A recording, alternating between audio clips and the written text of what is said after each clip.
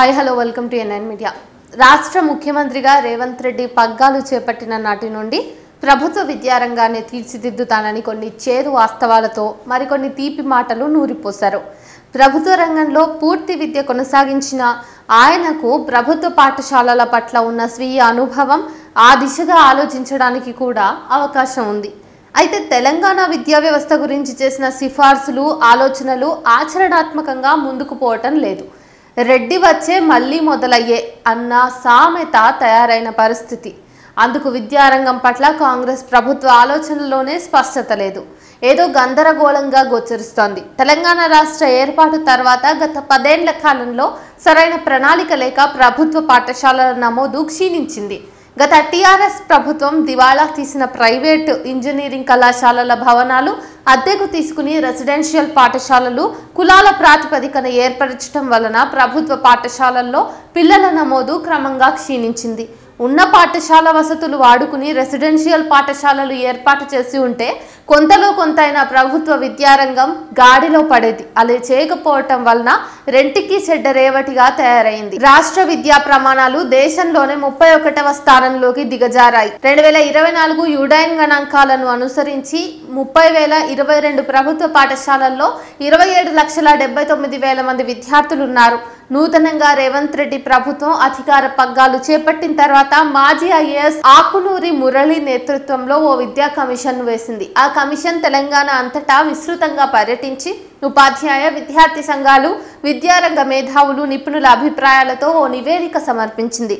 అందులో 19,000 పైచిలుకు ప్రాథమిక పాఠశాలల్లో 13,000 పాఠశాలలు 50 మంది పిల్లల కంటే తక్కువ సంఖ్యలో ఉన్నారని విద్యా కమిషనే తన నివేదికలో పొందుపరిచింది.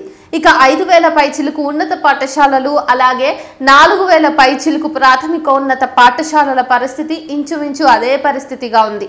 వనరులున్న ప్రభుత్వ బడుల్లో పిల్లల నమోదు లేదు. కొన్ని ప్రభుత్వ బడులు మూతబడగా మరికొన్ని అదే స్థితికి దగ్గరగా ఉన్నాయి. ప్రభుత్వ పాఠశాలలు రెసిడెన్షియల్ పాఠశాలల్లో ఫుడ్ పాయిజనింగ్ కేసులు ఇటీవలి కాలంలో పెరిగిపోయాయి. గత ఏడాదిన్నర కాలంలోనే ఓ 1000 మంది విద్యార్థులు ఫుడ్ పాయిజనింగ్తో ఆసుపత్రి పాలు కాగా 50 మంది వరకు మరణించినట్టు వార్తలు. ఇక ప్రభుత్వ పాఠశాలల్లో కొన్నింట కనీస మౌలిక వసతులు లేవు. బోధనా సిబ్బంది ఉన్న చోట పిల్లలు లేరు, పిల్లలున్న చోట సరైన వసతులు లేవు. ఈ రకమైన నిరుపయోగితా క్రమం ప్రభుత్వ బడుల్లో నెలకొంది. ఈ పరిస్థితిలోనే తెలంగాణ విద్యా కమిషన్ తన నివేదికను అందించింది. ఆ నివేదికలో ఇప్పుడున్న పాఠశాలల స్థానంలో మండలానికి 3 తెలంగాణ పబ్లిక్ స్కూల్స్ అంటే 2 నుంచి 12 తరగతుల వరకు ఉండే విధంగా 4 ఫౌండేషన్ స్కూల్స్ అంటే ప్లే తరగతుల నుండి 3వ తరగతి వరకు ఉండేలాగా ఏర్పాటు చేయాలని, పాఠశాల లేని గ్రామాలు లేదా క్యాచ్మెంట్ ఏరియా నుంచి ఉచిత ట్రాన్స్పోర్ట్ సౌకర్యం సిఫార్సు చేసింది.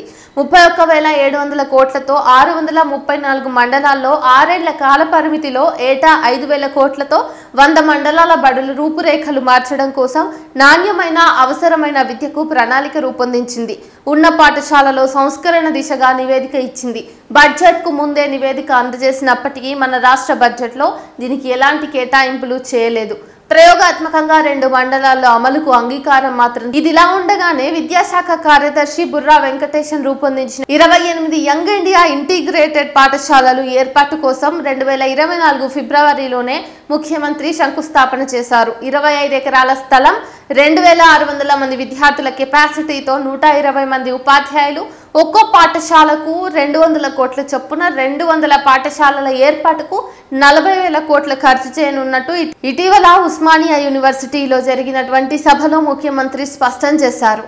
అయితే ఇప్పటికే ప్రభుత్వ పాఠశాలలకు 3,000 ఎకరాల పైచిలుకు ఉన్న విలువైన భూములు 2 లక్షల కోట్ల నిధులతో గత 20 ఏళ్లుగా సర్వశిక్ష అభియాన్ నిర్మించిన తరగతి గదులు ఉండగా మరో 5,000 ఎకరాలు మరికొన్ని వేల కోట్లు యంగ్ ఇండియా ఇంటిగ్రేటెడ్ పాఠశాలల నిర్మాణాలకు అవసరమా అన్న చర్చ కొనసాగుతోంది. ఇటీవలే ఎలాంటి కసరత్తు లేకుండా ప్రభుత్వ జూనియర్ కళాశాలలు ఉన్నత పాఠశాలల్లో విలీనం చేస్తూ ఉత్తర్వులు ఇచ్చారు.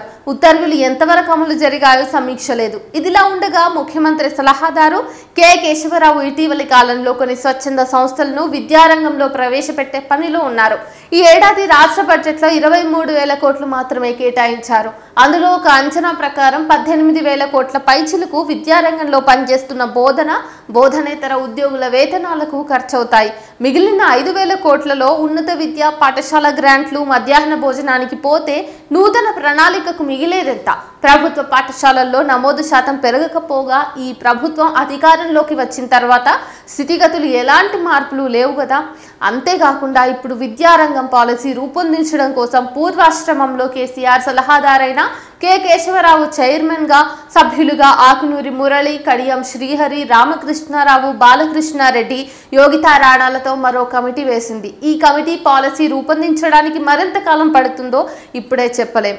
కాంగ్రెస్ ప్రభుత్వం వచ్చిన ఏడాదిన్నర కాలంలో విద్యా వ్యవస్థలో ఇన్ని పిల్లి మొగ్గలు అవసరమా?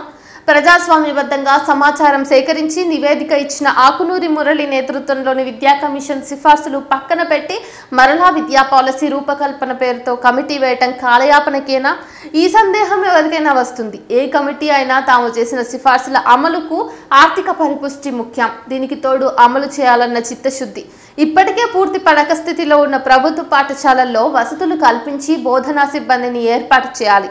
అలాగే విద్యార్థుల నమోదు శాతం పెంచడం, నాణ్యమైన ఉపయోగకరమైన విద్యా సంస్కరణలు చేసే దిశగా నూతన విద్యా కమిటీ కృషి చేయాలి. అంతేగాని అశాస్త్రీయ విద్యను జొప్పించే కేంద్రం తీసుకువచ్చిన న్యూ ఎడ్యుకేషన్ పాలసీకి అనుకూల విధానాలు అవలంబిస్తే గనుక విద్యారంగం మరింత ప్రమాదంలో పడుతుంది. ఇప్పటికైనా ప్రభుత్వం కమిటీలను కాలయాపన కోసం వాడుకోవటం కాకుండా గతంలో కమిటీ ఇచ్చిన నివేదికను ఇప్పుడు కొత్త కమిటీ సూచనలు కూడా విద్యావేత్తలతో చర్చించి అమలు చేసే దిశగా ముందుకు సాగాలి. అప్పుడు మాత్రమే రాష్ట్ర విద్యాశాఖ పనితీరు మెరుగవుతుంది.